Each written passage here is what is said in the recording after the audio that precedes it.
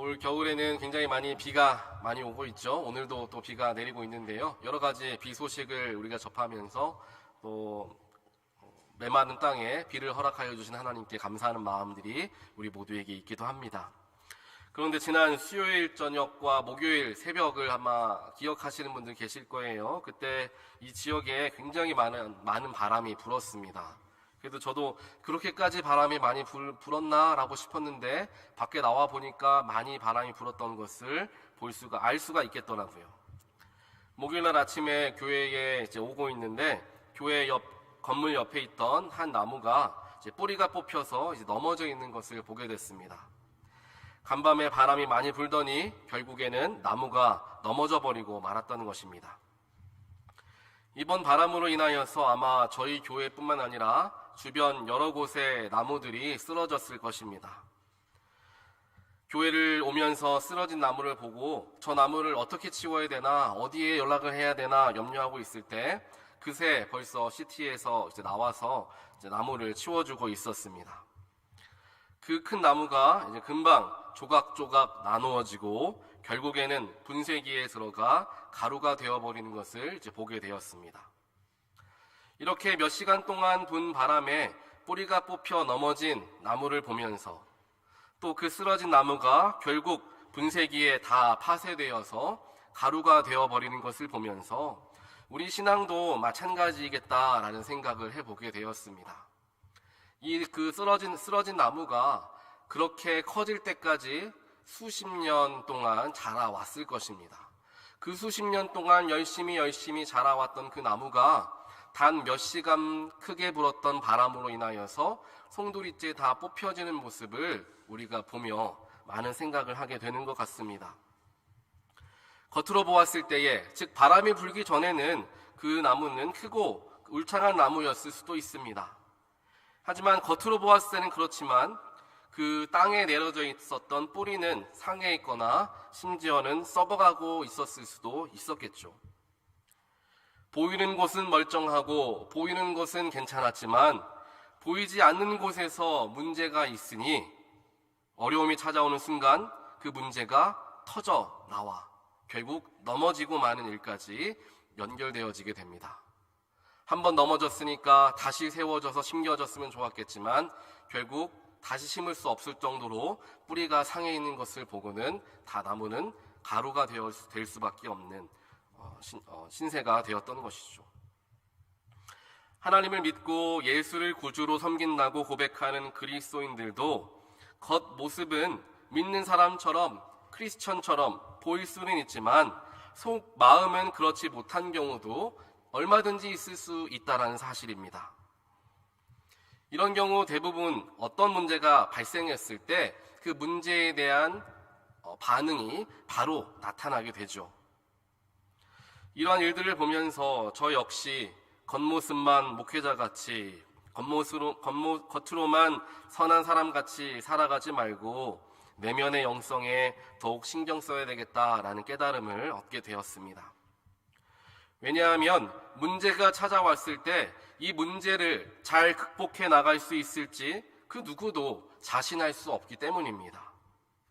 그래서 눈에 보이는 것이 아닌 보이지 않는 것에 더 집중해야 함을 예수님께서도 또 하나님께서도 성경 말씀을 통하여서 우리에게 지속적으로 이야기하고 계시는 이유입니다.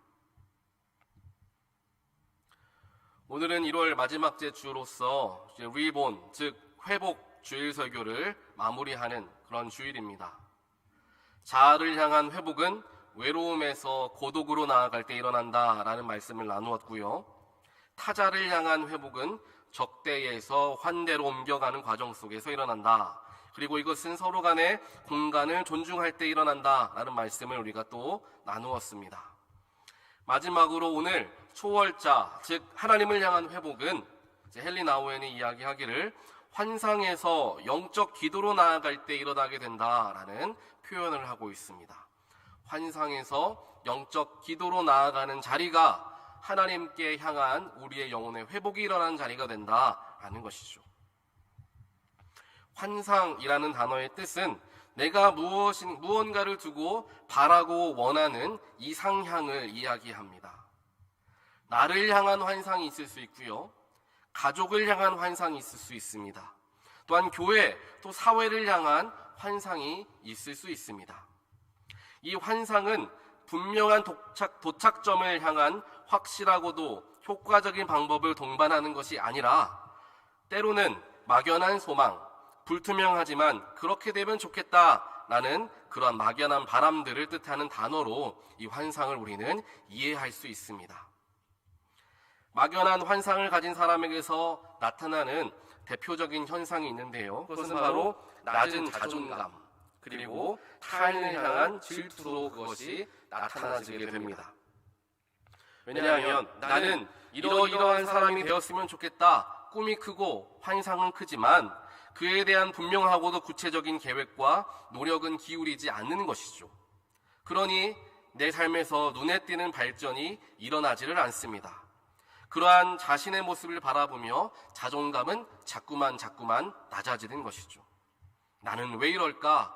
나라는 사람은 왜 이렇게 매번 실패할까? 생각을 하는 것입니다. 그와 동시에 다른 사람들은 잘만 살고 행복해 보이는데 도대체 어떻게 저럴 수 있는 거야? 라고 생각하며 질투가 생기기도 합니다. 가족이라면 이래야지, 교회라면 적어도 이런 모습을 보여야지, 나는 노력하지 않으면서 막연한 환상을 가지고 있을 때 우리는 가족에게 실망하게 되고 교회에 실망하게 된다는 사실입니다. 그렇기 때문에 초월자 되시는 하나님을 향한 회복이 일어나기 위해서 우리는 막연한 환상을 구체화할 노력과 더불어서 분명한 영적인 기도를 할 수 있어야 한다라는 이야기입니다. 오늘 본문 말씀인 사도행전 9장 말씀, 특별하게 1절을 보게 되면 아직 바울이 예수님을 만나기 직전의 때의 이야기임을 알 수가 있습니다. 주님의 제자들을 위협하면서 1절을 보니까 살기를 띠고 있었다. 살기까지 띠고 있었다. 살기라는 것은 누군가를 죽이고자 하는 정도로 미운 마음을 뜻하는 거죠. 그들을 그냥 미워했다라는 게 아니라 살기까지 띠었다. 그래서 그러한 바울이 다마스쿠스에 가서 예수님의 제자들을 모조리 잡아들이려고 대제사장을 찾아가 부탁까지 하게 되었습니다. 어떤 부탁을 했느냐? 그들을 잡을 수 있는 권리를 부여하는 편지를 각 교회에 각 회당에 보내주어서 내가 그곳에서 예수의 제자들을 다 잡아들일 수 있도록 허락해 주십시오라는 편지를 써달라고 대제사장에게 부탁하는 장면이 오늘 말씀에 기록되어 있습니다. 그 모습만 보더라도 이 바울은 굉장히 열정적으로 또 목숨을 걸고 주님 제자들을 잡아들이는데 힘쓴 사람인 것을 분명하게 성경에서는 표현하고 있다는 것입니다. 사랑하는 성도 여러분, 우리는 어떤 때에 아주 열정적으로 행동하고 때로는 목숨까지 걸면서 일하게 됩니까? 언제 우리는 그런 마음이 들기 시작합니까? 무엇인가 이것은 확실하다, 이것은 분명하다라는 믿음이 있을 때 아마 열정적으로 목숨까지 걸며 행동할 수 있을 것입니다. 그만큼 내 행동과 생각에 자신이 있으니까 이렇게 열정적으로 그 일에 임할 수 있는 것이죠. 하지만 오늘 설교 도입 부분에서 제가 말씀드렸던 것과 같이 내 행동과 생각에 분명한 자신감을 가지고 살아갈 수 있는 사람은 아무도 없다라는 것을 우리는 먼저 인정할 수 있어야 합니다. 언제든지 내 생각은 틀릴 수 있고 내가 가진 한정적인 지식과 자원을 가지고 판단이 내려진 것들은 다른 자원들이 충족되어지게 되었을 때 언제든지 변할 수 있고 바뀔 수 있고 틀려질 수 있다는 생각을 우리는 항상 가져야 한다는 사실이죠. 오늘 본문에서 사도 바울도 마찬가지였습니다. 하나님의 백성인 유대인들이 목숨을 걸고 지키는 하나님을 향한 율법, 그 율법에 반하는 행동과 신앙을 고백하는 그리스도인들은 다 잡아서 죽여야 하는 사람들로서 그는 생각하고 있었던 것입니다. 그리고 목숨을 걸고 그들을 죽이고자 살기를 띠고 그들에게 나아갈 정도의 마음을 먹었던 바울의 마음속에는 자신이 하는 행동이 분명하고 확실하고 옳다라는 마음이 가득했던 것이죠.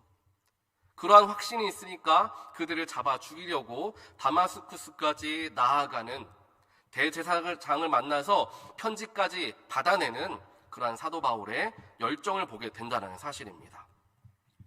그리고 바울은 확신했을 것입니다. 이것이야말로, 즉 그리스도인들을 잡아들이는 것이야말로 하나님이 가장 기뻐하시는 일이다 라고 바울은 확신하고 있었을 것입니다. 그러나 결국에는 어떻습니까? 그것은 틀렸죠.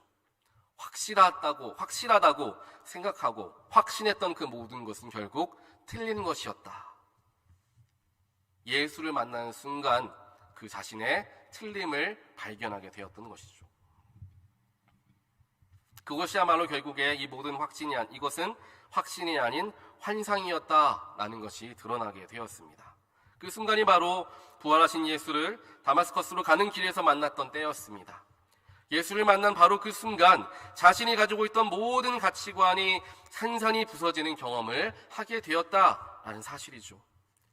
예수를 만난 바로 그 순간에 자신이 확신한다라고 믿었던 모든 기준이 환상이었다라는 것을 그는 경험하게 됐고 깨닫게 되었습니다. 이전까지는 내가 가진 가치관으로 세상을 바라보고 세상을 판단하며 타인을 판단하며 살아갔는데 그 눈이 멀게 되는 것을 경험하며 이제까지 내가 잘못된 안경을 가지고 세상을 바라보았구나. 아마 바울은 철저히 깨달았을 것입니다. 그리고 그 멀었던 눈이 다시금 예수의 은혜로 띄어지게 되었을 때에는 더 이상 이전의 잘못된 시선이 아닌 예수님께서 허락하신 분명한 진리의 시선을 갖게 되었던 것이죠. 예수를 만나는 순간 우리는 지금까지 가지고 있었던 잘못된 가치관과 잘못된 안경을 새로 바꾸어 낄 수 있게 된다는 사실입니다. 세상을 바라보는 눈이, 세상을 바라보는 시선이, 세상을 바라보는 나의 가치관이 변화되어지게 된다는 것입니다. 그때가 바로 예수를 만나는 때이다 라는 것이죠. 예수를 만나게 되면 우리는 변화되어지게 됩니다. 예수를 만나게 되면 우리의 눈이 변화되어지게 된다는 것입니다. 이전까지는 세상을 쫓아 나아갔고 물질과 명예를 쫓아 나아갔던 삶이었지만 예수를 만나보니 그것이야말로 가장 덧없는 것이라는 것을 깨닫는 것이죠. 하늘 보좌의 모든 권세를 다 버리시고 이 땅 가운데 가장 낮은 곳으로 임하신 그 예수께서 나를 살리기 위해 모든 권세를 다 내어 버리시고 십자가에 달려 죽기까지 하신 그 모든 것을 바라보고 믿다 보니 지금까지 내가 가지고 있었던 세상을 향한 욕심, 물질적인 욕망, 권력에 대한 욕심, 그 모든 것이 다 부질없음을 깨닫게 된다는 사실입니다. 사랑하는 온타리오교회 모든 성도 여러분, 우리 모두는 예수님을 다 만나고 영접한 사람들입니다. 그렇다면 이제 우리가 가져야 할 시선은 세상이 허락하여 주는 시선이 아닌 하나님이 주시는 시선으로 모든 것을 바라보아야 할 것입니다. 인간적인 눈으로 보았을 때에는 소망이 없고 가능성이 없어 보일 수도 있습니다. 하지만 하나님의 시선으로 보았을 때에는 죽은 자에게 생명이 다시금 회복되어지고 앉은 자가 다시 일어나는 놀라운 기적이 임하는 것이 바로 하나님의 시선이고 그것이야말로 하나님께서 원하시는 우리의 삶의 모습이 되어진다라는 것을 우리는 직시할 수 있어야 합니다. 내가 가진 경험으로 보니까 이것에는 소망이 없다라는 판단들, 내가 가진 경험과 지혜와 지식으로 비추어 보니 이것은 결코 성공할 수 없는 일이다 라고 생각되어지는 그 모든 것들, 우리는 다시 한번 생각해 보아야 합니다. 나는 그렇게 생각하고 세상의 기준은 그렇게 이야기하지만 하나님은 뭐라고 말씀하시는가? 하나님께 나아가 물어보아야 하는데 이걸 빼놓으니까 그리스도인이라 이야기하지만 세상 사람들과 별반 다름없는 삶을 살아갈 수밖에 없다라는 것입니다. 아무리 내 눈에 보았을 때는 이게 맞는 것 같고 여기까지밖에 할 수 없는 거라고 보이지만 하나님의 계획은, 하나님의 뜻은 얼마든지 다를 수 있다는 사실을 바라보고 하나님께 한 번 더 나아가고 한 번 더 물어보는 그것이야말로 환상의 자리에서 하나님께 나아가는 자리가 되어진다는 사실입니다.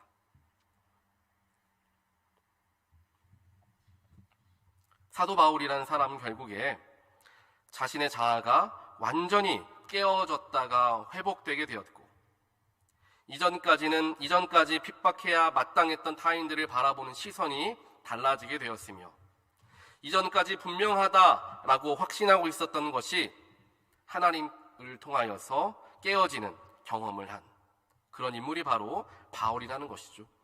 바울이라는 인물 자체가 우리가 1월 한 달 동안 살펴보았던 자아를 향한 회복, 타자를 향한 회복, 하나님을 향한 회복, 그 모든 회복을 경험한 사람이 사도 바울이었던 것입니다. 지금까지 잘못된 길을 걸어왔던 스스로를 돌아보며 바울은 뭐라고 고백합니까?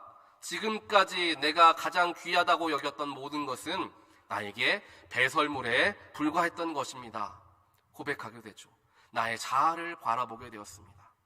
또한 이전까지는 그리스도인들을 잡아 죽이려고 살기를 띠며 기세등등했던 바울이었지만, 예수를 만나는 순간 그의 시선이 변화되어지며 타인을 향한, 타자를 향한 회복이 일어나게 되었습니다. 그리고 지금까지 잘못되었던 자신의 신앙관과 또한 부활하신 예수를 만남을 통하여 얻게 된 복음의 능력을 다시 한번 생각함을 통하여서 하나님을 향한 회복 역시 그의 삶에서 일어나게 되었다. 그랬기 때문에 사도 바울은 목숨을 걸고 예수를, 복음을 전할 수 있었던 것입니다. 그냥 목숨을 거는 것만으로 끝나는 것이 아니라 목숨을 내가 왜 걸어야 하는가도 분명히 바라볼 수 있어야 되는 것이죠. 교회 사역도 마찬가지입니다. 신앙생활도 마찬가지입니다. 내가 왜 신앙생활을 지금 수십 년 동안 해가고 있는가? 그 신앙생활의 목적이 무엇인가? 나는 교회에 나와서 예배를 드리고 교회의 여러 사역들을 감당하는데 나는 무엇을 위하여서 그런 사역들을 감당하는가? 우리 스스로 물어보며 나아갈 때 그 속에 분명한 것이 드러나게 된다는 사실이죠. 나를 위해 피 흘려주신 예수님의 은혜에 감사해서 내가 이 사역하는 것이지.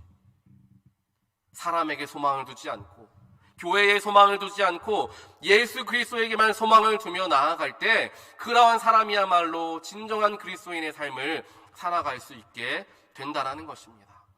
그러한 마음가짐을 가져야 몇 시간 바람이 강하게 불었다고 쓰러지지 않게 된다는 것입니다. 얼마나 수십 년 동안 자라오게 했던 그 시간들이 아깝습니까? 몇 시간의 문제 때문에 한 번에 그게 다 무너지게 된다면, 그렇기에 더욱더 우리는 주님께 소망을 두어야 한다는 거죠. 세상을 향하여 나뭇잎을 많이 열게 하고 열매를 맺게 하여서 겉으로 보기에 아름답게 내 모습을 꾸미는 것이 아니라 하나님께 영적인 뿌리를 올바르게 내릴 수 있도록, 비록 열매가 아름답게 맺히지는 못해도, 비록 꽃이 아름답게 피어내지는 못해도 뿌리를 내리는 것에 더욱 집중하며 하나님께 나아가는 시간을 갖게 되었을 때 하나님이 원하는 때에 우리는 아름다운 열매를 맺게 되고 꽃을 피우게 되며 정말 많은 나뭇잎을 가지게 되어서 모든 새들이 쉬어갈 수 있는 그런 아름다운 나무로서 성장할 수 있게 된다는 사실입니다. 겉으로만 아름답게 나아가려는 우리들의 마음을 다시금 다잡고 지금까지 나의 영혼에, 나의 영성에 집중하지 못하였던 나의 스스로를 바라보며 하나님을 향한 뿌리를 더욱 내리려고 힘을 쓰고 노력하고 애쓰고 눈물로 기도하는 저와 여러분 되시기를 주님의 이름으로 간절히 축원드립니다. 대한민국 초대 문화부 장관이자 대한민국 최고의 지성이라고 불리웠던 고 이어령 교수님 다들 아실 것입니다. 이분은 학문과 지성의 거의 끝자락까지 다다른 인물이다라는 평가를 받는 분이시죠. 그렇다 보니까 종교에 대해서도 너무나 잘 알고 있었고, 그렇기 때문에 더더욱이 종교라는 것은 비이성적인 것으로 생각하며 어느 종교도 믿지 않는 삶을 평생 살아왔던 인물이었습니다. 그러던 중에 이어령 교수에게 하나의 사건이 일어나게 되는데요. 자신이 사랑하고 아끼는 딸에게 어려움이 찾아오게 되었던 거죠. 이어령 교수의 딸은 김한길 전 국회의원과 결혼을 했지만 오래지 않아서 이혼을 하게 되었고, 엎친 데 덮친 격으로 하나뿐인 손녀딸은 특수 자폐 선고까지 받게 되는 큰 어려움을 겪게 되었습니다. 이것만으로도 굉장히 큰 어려움이었겠지만 이어령 교수에게 더 큰 어려움 하나가 남아 있었죠. 바로 사랑하는 그 딸에게 암이 생기고 만 것입니다. 젊은 나이에 암이 생긴 것이죠. 암으로 인하여서 이어령 교수의 딸, 즉 고 이민아 목사는 실명의 위기에 빠지게 되었습니다. 그렇게 눈이 멀어가는 상황 속에서 암투병의 고통 속에서 가장 힘들 사람은 당연히 이민아 목사 본인이었을 텐데, 아버지 이어령 교수를 만날 때마다 딸은 이렇게 이야기했다고 합니다. 나는 지금 죽어도 여한이 없지만 다만 사랑하는 우리 아빠가 예수님 믿고 구원받는 것을 꼭 보고 가고 싶다라는 부탁을 계속해서 아버지 이어령 교수에게 했다라는 것이죠. 처음에는 답답한 마음이 그에 있었습니다. 딸이 지금 무슨 소리를 하나, 치료에 더욱 집중해야지, 왜 지금 죽어도 여한이 없다는 이야기를 하고 있나, 살려고 발버둥 쳐야지 라고 생각했습니다. 하지만 계속적으로 딸을 만날 때마다 딸이 하는 그 이야기들이 마음속에 계속 맴돌고 있었던 것이죠. 그리고 이어영 교수는 결심하게 되었습니다. 죽어가는 딸 마지막 소원도 내가 들어주지 못하랴 생각하며 딸과 함께 작은 교회에 출석하기 시작했습니다. 그렇게 그 작은 교회에 가서 예배를 드리는데, 그 첫 예배 시간에 그 교회 목사님이 이어령 교수에게 물었다고 합니다. 기도 제목이 있으십니까? 알려주시면 기도하겠습니다 라는 것이죠. 그러면서 그 목사님이 이야기하시기를, 두세 사람이 모여 함께 예배하고 기도하면 주님께서 반드시 들어주신다고 성경에 약속되어 있으니 기도 제목 알려주십시오. 우리가 함께 합심하여 기도합시다 라고 이야기했습니다.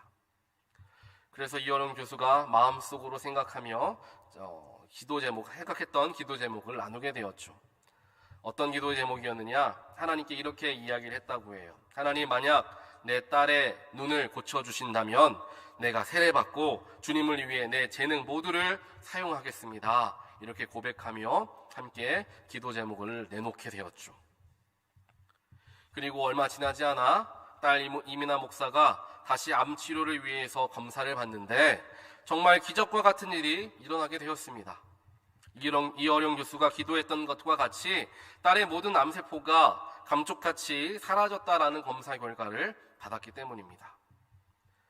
그래서 그 후에 하용조 목사님께 세례를 받고 이제 이어령 교수는 지성에서 영성으로라는 책을 쓰며 지금까지 지성이 최고인 것처럼 여기며 살아왔던 자신의 인생 끝자락에서 서서 생각해보니 지성의 끝은 결국 영성이더라 라는 결론에 이르게 되었던 것이죠.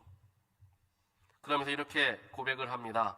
우주에서 선물로 받은 이 생명처럼 내가 내 힘으로 이루었다 생각한 게 다 선물이더라 라고 고백하며 지성의 진정한 종착역은 영성임을 깨달았던 고 이어령 교수를 생각하며 내가 분명하고도 확실하다 생각하는 모든 것이 결국은 환상일 수도 있겠구나. 하나님 안에서 깨달아지지 않고 하나님 안에서 사유되지 않은 내가 가지고 있는 모든 생각들은 얼마든지 환상으로 끝날 수도 있겠구나라는 생각을 더욱 깊이 해보게 되었던 것 같습니다.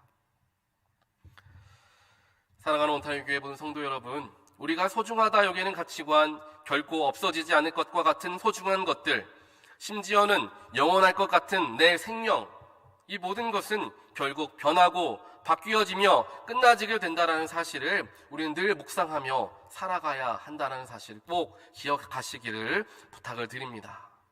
모든 것은 언제든지 또 얼마든지 변할 수 있다는 것을 내가 인정하게 되면 어떠한 일이 일어나느냐? 바로 작은 것들에 감사하는 마음들이 생기게 되죠.